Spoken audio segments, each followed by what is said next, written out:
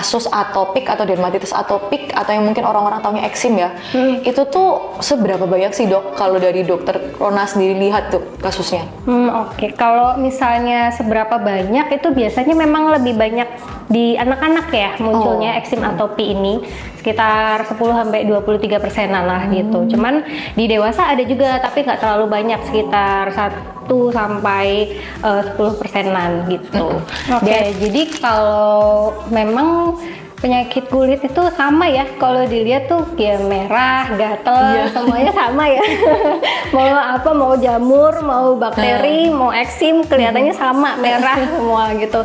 Cuman sebenarnya ada ciri khas tertentu sih. Nah, kalau misalnya eksim atopi ini biasanya, ini biasanya untuk yang usianya sudah anak-anak, anak-anak sekitar 2 tahun sampai pubertas, munculnya itu di area lipatan-lipatan. Jadi ada ini lipatan lutut bagian belakang ya, merah, terus gatel. Bisa juga di lipatan area siku. Nah, seperti ini. Nah, itu biasanya khas ya kalau misalnya eksim atopi munculnya di area tersebut. Khasnya kalau dewasa karena mungkin dia penyakitnya sudah berjalan lama ya, gatelnya lama, sering digaruk, jadinya lebih menggelap warnanya, lebih menggelap. Halo teman-teman, kembali lagi ke Opseria, obrolan seru dan ceria.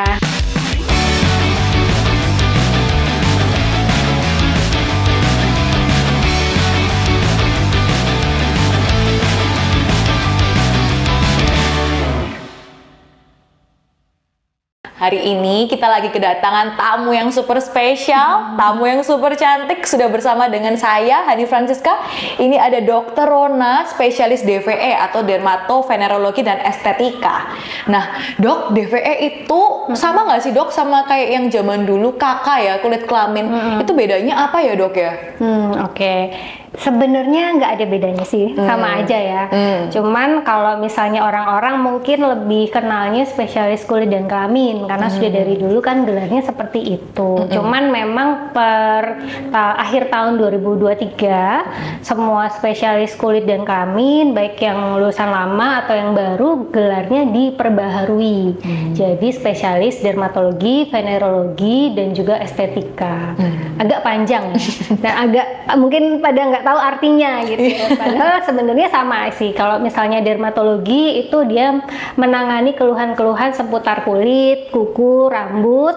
Kalau venerologi menangani keluhan kelamin, utamanya yang disebabkan karena infeksi menular seksual. Nah, kalau estetika ya kita menangani juga prosedur-prosedur estetika kayak misalnya chemical peeling, microneedling, botox, filler, bedah kulit juga termasuk. Wah, cukup banyak sekali ya dok ya. Tentunya juga kalau misalnya untuk sekarang mungkin yang lagi hype, mungkin yang mau kurus instan ya dok ya. Mungkin dengan yang itu ya dok, yang sedot-sedot lemak itu ya kita taunya ya dok. Iya, sedot lemak juga termasuk sih. Iya, udah termasuk dari ranahnya kulit gitu ya. Dok, saya lagi mau nanya ini topik yang mungkin lagi hype, mungkin lagi banyak ibu-ibu terutama ya yang lagi galau, mungkin anaknya itu kok merah-merah di kulit, karena memang penyakit gatal-gatal dan merah-merah di kulit ini kayaknya cukup lumayan banyak ya dok kalau saya lihat di lingkungan saya ini. Dan juga kalau merah-merah dan gatal-gatal ini kadang itu suka hilang timbul, jadi kita udah kayak mantan ya, capek-capek move on, tapi tiba-tiba setelah berapa lama muncul lagi. Nah, ini yang bikin pusing banget dok tentunya. Nah, kira-kira penyakit kayak sekarang ini mungkin yang lagi hype adalah eksim, tapi yang mungkin kita juga mau bahas adalah dermatitis atopik. Kira-kira dermatitis atopik dengan eksim itu yang kita tahu sama ini sama atau beda ya dok?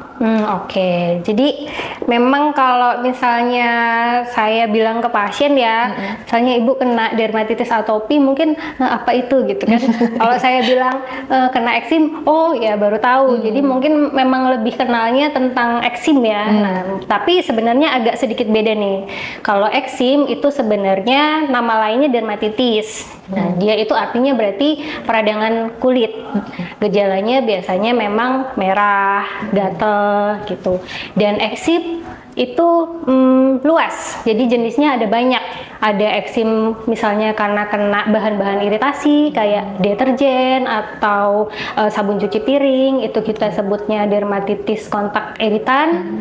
Nah, kalau misalnya dermatitis atopi ini juga masuk dari bagian eksim gitu. Cuman penyebabnya dia lebih karena ada faktor genetiknya, jadi bisa diturunkan. Terus juga gejalanya lebih lama, sifatnya kambuh-kambuhan juga, dan bisa kena ke anak-anak, ke bayi, atau bisa muncul juga waktu dewasa. Gitu sih. Mungkin yang lebih mengganggu karena dia sifatnya kambuh-kambuhan. Nah itu dia dok, Ya. seringkali kadang kan udah sembuh nih dok, tiba-tiba berapa lama muncul lagi. Nah itu bikin kadang mungkin sampai frustasi ya, kok ini anak saya gatal-gatalan terus gitu. Nah dok, kalau di Aji Barang sendiri atau di Indonesia sendiri, kasus atopik atau dermatitis atopik atau yang mungkin orang-orang taunya eksim ya, itu tuh seberapa banyak sih dok kalau dari dokter Rona sendiri lihat tuh kasusnya? Oke. Kalau misalnya seberapa banyak, itu biasanya memang lebih banyak di anak-anak ya munculnya eksim atopi ini, sekitar 10-23% lah gitu. Cuman di dewasa ada juga, tapi nggak terlalu banyak, sekitar 1-10%-an gitu. Dan kalau anak-anak, dia biasanya eksimnya mungkin seiring berjalannya usia bisa berkurang, tapi bisa juga berlanjut sampai dewasa gitu sih. Coba nih dok, kita coba cek dulu, ada pertanyaan dari beberapa teman-teman. Jadi ini ada beberapa pertanyaan dari teman-teman. Yang pertama ada yang nanya ini dok, jadi penyebab utamanya itu kalau eksim atau dermatitis atopik ini apa sih dok yang menyebabkan utama gitu? Ya, emang kalau misalnya penyakit kulit ya, ruam-ruam merah itu biasanya memang bentuknya ya sama aja ya, paling bentuknya merah, gatel, beruntus-beruntus gitu ya, sama aja, mau yang atopi, mau yang karena jamur atau bakteri, hampir sama. Cuma sebenarnya ada ciri khas tertentu kalau misalnya eksim atopi. Biasanya pertama kulitnya kering, karena kan tadi ada faktor genetik ya yang membuat kulitnya kering. Nah kalau misalnya kambuh, dia akan muncul ruam merah, gatel ya, terus juga simetris, jadi bisa kena kanan kiri gitu biasanya kalau eksim. Terus juga lokasinya itu ada ciri khasnya. Misalnya kalau bayi ya, kalau eksim atopinya itu muncul di bayi usia 0-2 tahun, biasanya muncul di area pipi. Oh, ada contoh gambarnya nggak sih dok? Pengen tahu deh kayak gimana. Oh ada, mungkin bisa ditampilkan ya. Nah kita minta tolong Mas Wildan ini coba Biar nih. tahu ya. Coba Biar ditunjukkan lebih nih, ada nggak nih? Oh ini ada ini dok. Nah ini biasanya kalau bayi ya, itu kalau eksim atopi munculnya di pipi. Seringnya mungkin dibilangnya eksim susu ya, karena sering di area pipi dan bentuknya merah, terusan beruntus-beruntus, dan kalau bayi kan masih belum bisa ngomong gatel-gatel ya, makanya akan lebih cenderung rewel kalau misalnya bayi ini gitu. Nah seiring bertambahnya usia, sudah mulai bisa merangkak, nah itu muncul merah-merahnya di area yang kegesek-gesek lantai biasanya. Jadi seperti siku luar atau di lutut. Ya. Nah, kalau ini biasanya untuk yang usianya sudah anak-anak. Anak-anak sekitar 2 tahun sampai pubertas, munculnya itu di area lipatan-lipatan. Jadi ada ini lipatan lutut bagian belakang ya, merah, terus gatel. Bisa juga di lipatan area siku. Nah, seperti ini. Nah, itu biasanya khas ya kalau misalnya eksim atopi munculnya di area tersebut gitu. Nah, kalau misalnya dewasa, dia sebenarnya bisa muncul di mana aja. Waduh, lebih nggak spesifik lagi kan dok. Kalau dewasa bisa muncul mana aja. Jadi bisa di lipatan siku, lipatan lutut, bisa di tangan, kaki, leher, muka gitu. Cuman khasnya kalau dewasa karena mungkin dia penyakitnya sudah berjalan lama ya, gatelnya lama, sering digaruk, jadinya lebih menggelap warnanya, lebih menggelap, terus lebih menebal. Itu sih jadi ciri khasnya untuk eksim atopi. Berarti kalau digaruk itu memang bisa bikin warna lebih gelap ya dok ya? Iya bisa. Jadi kalau digaruk bisa menggelap, bisa menebal juga bercak merahnya. Nah, kalau bisa jangan digaruk. Ya. Tapi kadang gatel memang ya dok ya. Nah, cuman kadang itu kita gimana ya dok ya? Kadang lihat seperti itu kan kadang-kadang lihat yang tadi contohnya yang tadi dewasa itu kan cukup luas ya dok ya. Nah itu kadang orang lain lihat kan mungkin agak kayak, waduh ini kok kulitnya gini banget ya gitu kan. Itu kira-kira nular nggak sih dok sebenarnya? Kadang-kadang saya juga insecure dok kalau lagi kumat, kulit saya lumayan berindil-berindil banyak merah-merah. Nah itu pasti ada orang yang akan tanya kayak, itu kenapa? Nular nggak ya? aja gitu. Kira-kira nular nggak sih dok hal kayak gitu tuh? Iya, jadi kalau misalnya eksim atopi ini sebenarnya nggak menular ya, jadi jangan malu. Dokter Hani punya juga ya? Iya, saya juga, eksim ya. soalnya atopi sama ini. Mungkin agak serem kalau lihat orang awam melihatnya ya, tapi sebenarnya itu tidak menular kok kalau misalnya eksim atopi. Cuman memang masalahnya kalau misalnya gatal, kita garuk-garuk, muncul luka. Nah, luka ini biasanya yang beresiko ada ketambahan infeksi jamur atau infeksi bakteri. Nah, itu mungkin yang bisa menularkan. Jadi makanya memang harus diminimalisir lah garuk-garuknya supaya nggak muncul luka dan infeksi. Gitu. Oh gitu. Terus dok, ini kan kalau misalnya gatel-gatel, kadang-kadang kan kita nggak mungkin nih nahan gak garuk doang nih dok. Kira-kira obat apa yang bisa kita berikan kalau misalnya, atau treatment apa yang bisa kita lakukan kalau misalnya kita udah kena dermatitis atopi? Kira-kira tata laksananya seperti apa sih dok? Supaya nanti kalau memang udah seperti saya nih, udah kena, nah itu bisa tertangannya gimana gitu. Oke. Ya, jadi kalau menangani eksim atopi ini memang harus telaten ya. Pertama harus tahu dulu pencetusnya apa. Karena tadi kan pencetusnya bisa banyak banget ya. Tiap orang beda-beda. Bisa karena cuaca, makanan, atau bahan-bahan mengiritasi, atau bahan-bahan yang buat alergi atau stres. Nah, itu harus tahu dulu pencetusnya. Kalau sudah tahu pencetusnya memang harus dihindari. Jadi kalau bisa semaksimal mungkin menghindari pencetus. Yang itu yang utama. Terus yang kedua, karena memang eksim atopi itu memang kulitnya cenderung kering ya, selalu kering. Jadi yang penting itu adalah pelembab. Ya, jadi harus melembabkan kulitnya. Ya, caranya gimana? Pertama mungkin dari mandinya ya. Jadi mandinya 2 kali aja sehari, nggak usah lebih. Terus juga nggak usah lama-lama, nggak usah sambil nyanyi. Kayak saya itu dong, biasa nyanyi, jadi penyanyi di toilet. Ya itu. Jadi nggak usah lama-lama, sekitar 10-15 menit ya, jangan terlalu lama. Airnya juga jangan terlalu panas. Jadi baiknya air biasa atau air suam-suam kuku aja. Karena kalau panas itu bikin kulitnya kering. Tuh. Terus juga sabunnya kalau bisa dipilih sabun yang melembabkan. Jangan malah sabun antiseptik. Karena itu cenderung bikin kulitnya kering. Jadi harus pilih sabun yang melembabkan. Ya. Setelah itu, setelah mandi, sebisa mungkin langsung pakai pelembab. Ya, jadi pelembab itu penting juga. Setelah mandi, dikeringkan langsung pakai. Nah, itu setiap selesai mandi rutin harus dipakai. Pelembabnya juga disarankan bisa untuk yang kulit kering. Jadi kan pelembab kan ada macam-macam ya. Disarankan itu pelembab yang khusus untuk kulit kering atau kulit atopi. Gitu. Setelah itu kalau memang sudah kambuh nih ya, ruam merahnya, mau tidak mau mungkin susah ya kalau cuma pakai pelembab doang. Itu memang harus dikonsultasikan ke dokter. Biasanya nanti akan ada obat ya yang diminum untuk ngurangin gatalnya, atau bentuknya seperti salep untuk ngurangin eksim. Seperti itu. Sama terakhir jangan digaruk-garuk supaya nggak infeksi. Nah itu ya dok ya, mungkin susah ya. Susah ya. Karena orang-orang pada dasarnya kalau gatal ya pengennya kayaknya ngegaruk gitu ya dok ya. Nah kalau untuk ini tuh ada pantangan makan nggak sih dok? Tadi kan mungkin ada yang alergi atau apa itu, atau semuanya tetap boleh makanan kayak udang atau apa, atau seafood mungkin dok? Nah, kalau pantangan makan tergantung ya. Tadi kan pencetusnya beda-beda, nggak melulu soal makanan. Kalau memang kambuhnya karena faktor cuaca, ya nggak perlu menghindari makanan kalau nggak ada alergi makanan. Khusus gitu. Memang kalau dia punya alergi makanan tertentu, harus menghindari makanan itu. Gitu. Kalau misalnya di kasus bayi atau anak-anak memang dominan karena faktor makanan ya biasanya. Jadi makanan-makanan yang tinggi protein nih biasanya sering menyebabkan kambuh pada anak-anak.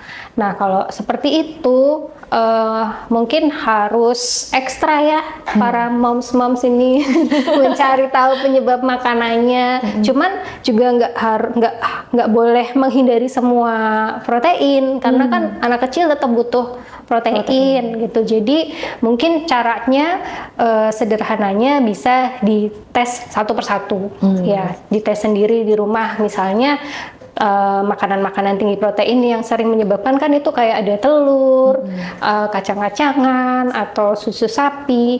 Nah itu bisa dites per 1 minggu. Misalnya 1 minggu ini makan yang telur dulu nih gitu. Terus diamati apakah muncul ruam-ruamnya. Kalau misalnya nggak muncul berarti aman. Bisa dilanjutkan ke yang lainnya. Misalnya 1 minggu lagi makan ayam, terus diamati apakah muncul ruamnya atau enggak. Begitu seterusnya sampai tahu mungkin penyebab makanan yang buat alergi itu apa. Oh, kayak gitu. Berarti dicoba satu, diganti ya dok ya, biar tahu benar-benar dari protein apa yang menyebabkan alergi. Iya, gitu ya dok. Harus telaten dari momsnya. Nah ini kan cenderungnya memang kita kulitnya katanya dari kering ya dok, kalau misalnya di dermatitis atopik atau eksim ini.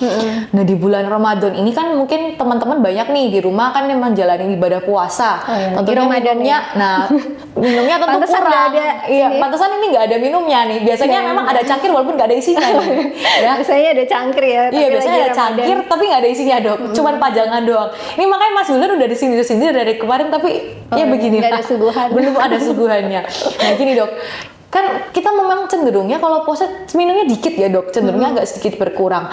Nah ini bikin kulit makin kering kan otomatis ya dok ya. Ada nggak sih dok tips-tips khusus untuk kita ini yang sedang menjalani ibadah puasa di bulan Ramadan ini supaya kulit-kulit kita ini yang memang misalnya udah rentan untuk kena dermatitis atopik ini supaya kondisinya bagus terus, supaya kondisinya nggak kumat-kumatan gitu dok.